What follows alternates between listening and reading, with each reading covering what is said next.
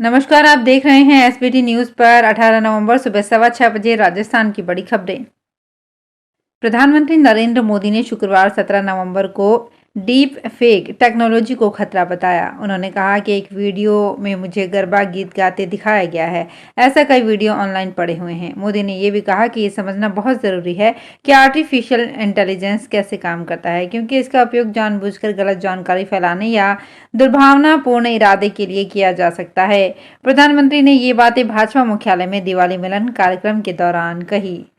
उन्होंने मीडिया से अपील की है कि वो लोगों को एआई के नेगेटिव इफेक्ट बताएं ताकि गलत और नुकसान पहुंचाने वाला कंटेंट फैलने से रुके।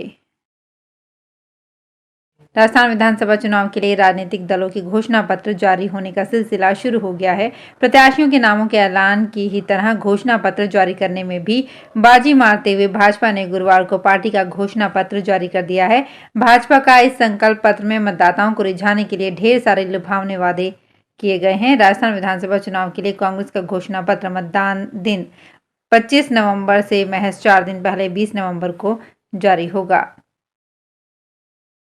राजस्थान की पूर्व मुख्यमंत्री वसुंधरा राजे शुक्रवार को उदयपुर दौरे पर रही। उन्होंने गोगुंदा विधानसभा से भाजपा प्रत्याशी प्रताप लाल भील के समर्थन में विस्मा गांव में हुई चुनावी सभा को संबोधित किया। राजे ने कहा, कांग्रेस सरकार कह रही है कि 100 यूनिट बिजली फ्री देंगे।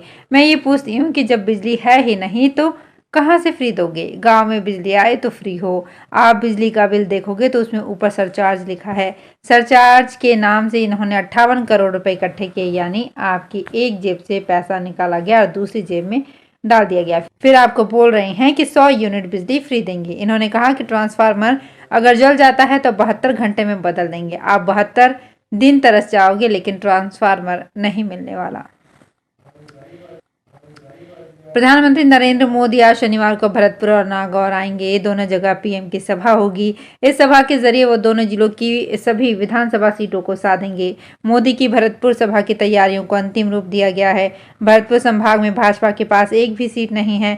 2018 के चुनाव में भाजपा की शोभा रानी कुशवाहा से धौलपुर सीट से जीत दर्ज की थी, लेकिन राज्यसभा चुनाव में क्रॉस वोटिंग के चलते उन्हें पार्टी से निकाल दिया गया। इस बार वो कांग्रेस के टिकट पर यहां से चुनाव लड़ रही हैं। अडानी ग्रुप से जुड़े कॉल इंपोर्ट मामले में डायरेक्टरेट ऑफ रेवेन्यू इंटेलिजेंस ने दोबारा जांच शुरू करने के लिए सुप्रीम कोर्ट से परमिशन मांगी है। डीआरआई ने कहा कि उसे सिंगापुर से इस मामले से जुड़े सबूत इकट्ठे करने की अनुमति दी जाए। मीडिया रिपोर्ट्स के अनुसार जांच एजेंसी 2016 से ही सिंगापुर के अधिकारियों से अडानी ग्रुप के लेन देन से संबंधित डॉक्यूमेंट लेने की कोशिश कर रही है। डीआरआई का मानना है कि इंडोनेशियाई सप्लायर से इंपोर्ट किए गए कोयले के कई शिपमेंट के ग्रुप ने सिंगापुर में ज्यादा कीमत वाले बिल बनवाए। अडानी ग्लोबल पीटीई के जरिए ऐसा किया गया था।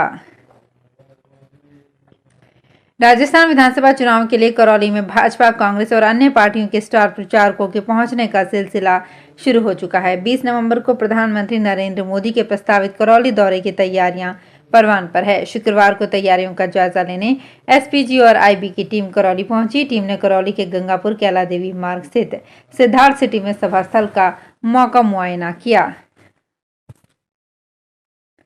राजस्थान के मुख्यमंत्री अशोक गहलोत आज शनिवार को करौली जिला मुख्यालय पर एक चुनावी सभा को संबोधित करेंगे। इस दौरान करौली से कांग्रेस के विधायक प्रत्याशी लाखन सिंह मीणा और अन्य विधानसभा प्रत्याशियों के समर्थन में सभा को संबोधित करेंगे। मुख्यमंत्री अशोक गहलोत का दोपहर 2 बजे करौली पहुंचने का कार्यक्रम है। करौली सरमथुरा मार्ग पर NH 23 स्थित AR सिटी में आयोजित होने वाली जनसभा के लिए तैयारियां शुरू कर दी गई है। केंद्रीय सड़क परिवहन मंत्री नितिन गडकरी शुक्रवार को राजस्थान दौरे पर आए। सबसे पहले उन्होंने जयपुर पहुंचकर भाजपा कार्यालय से एक प्रेस वार्ता की। इस दौरान उन्होंने भारतीय जनता पार्टी की ओर से राजस्थान में कराए जा रहे 2 लाख करोड़ रुपए के कामों के बारे में बताया। केंद्रीय मंत्री ने कहा, राजस्थान में सबसे बड़ी समस्या पानी की है। इसी के चलते राजस्थान से लोगों का पलायन हुआ है। राजस्थान विधानसभा चुनाव 2023 के लिए आज शुक्रवार से डाक मतपत्रों से मतदान की प्रक्रिया शुरू हो गई। सूबे में डाक मतपत्रों से मतदान की अंतिम तिथि 24 नवंबर है। राजस्थान विधानसभा चुनाव 2023 के लिए 25 नवंबर को वोटिंग होगी, पर राजस्थान में आज से वोटिंग शुरू हो गई। ये जानकारी हैरान करेगी, पर ये सही है कि राजस्थान विधानसभा चुनाव 2023 के लिए डाक मतपत्रों से मतदान की प्रक्रिया शुक्रवार से शुरू हो गई है। इसमें वो लोग मतदान करते हैं जिनकी ड्यूटी चुनाव कार्य में लगी होती है और विधानसभा चुनाव में हिस्सा लेने में असमर्थ होते हैं। तो चुनाव कार्य में नियुक्त अफसर, कर्मचारी और पुलिस जवान डाक मतपत्रों के जरिए सूबे के चुनाव में आज से हिस्सा ले रहे हैं। राजस्थान प्रदेश कांग्रेस गारंटी यात्रा का आगाज शनिवार सुबह 11 बजे जैसलमेर जिले के पोखरण में जय नारायण व्यास सर्किल पर संवाद सभा से शुरू होगा। कांग्रेस जिला अध्यक्ष उमेश सिंह तंवर ने बताया कि कांग्रेस की 7 गारंटी के संकल्प को लेकर ये कार्यक्रम आयोजित हो रहा है। शनिवार सुबह 11 बजे जय नारायण व्यास सर्किल पोखरण से कांग्रेस गारंटी सभा के साथ कांग्रेस गारंटी यात्रा का दोपहर 1 बजे लाठी गांव में मुख्यालय पर गारंटी संवाद कार्यक्रम होगा।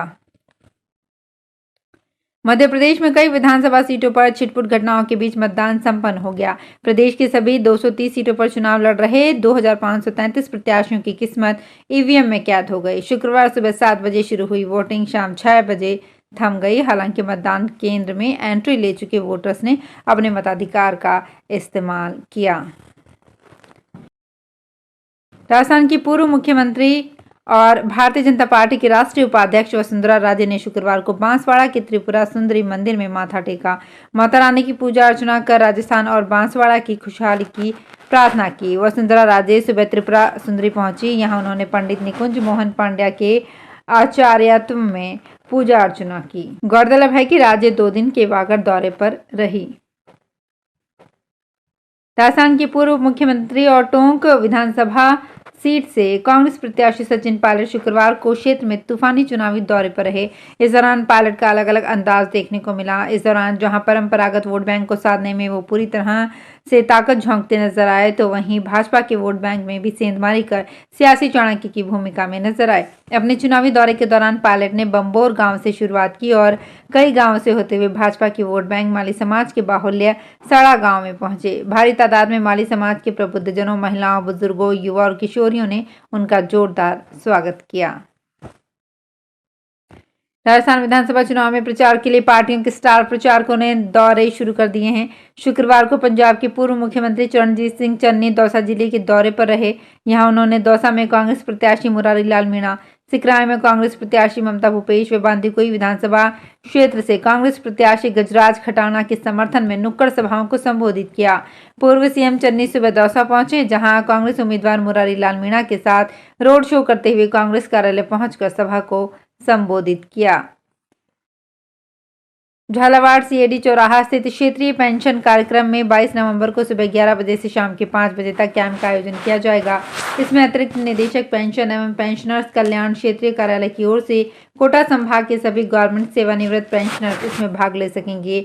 वे यहां उपलब्ध बायोमेट्रिक मशीन के माध्यम से जीवन प्रमाण पत्र प्रस्तुत करने संबंधी कार्यवाही के लिए भी भाग ले सकते हैं। क्षेत्रीय कार्यालय के अतिरिक्त निदेशक डॉक्टर पूर्वा अग्रवाल ने बताया कि इच्छुक पेंशनर्स के जीवन प्रमाण पत्र से संबंधित कार्यवाही कार्यालय में बायोमेट्रिक मशीन के माध्यम से संपन्न की जाएगी। तो फिलहाल इस बुलेटिन में इतना ही। फिर हाजिर होंगे कुछ और बड़ी खबरों के साथ।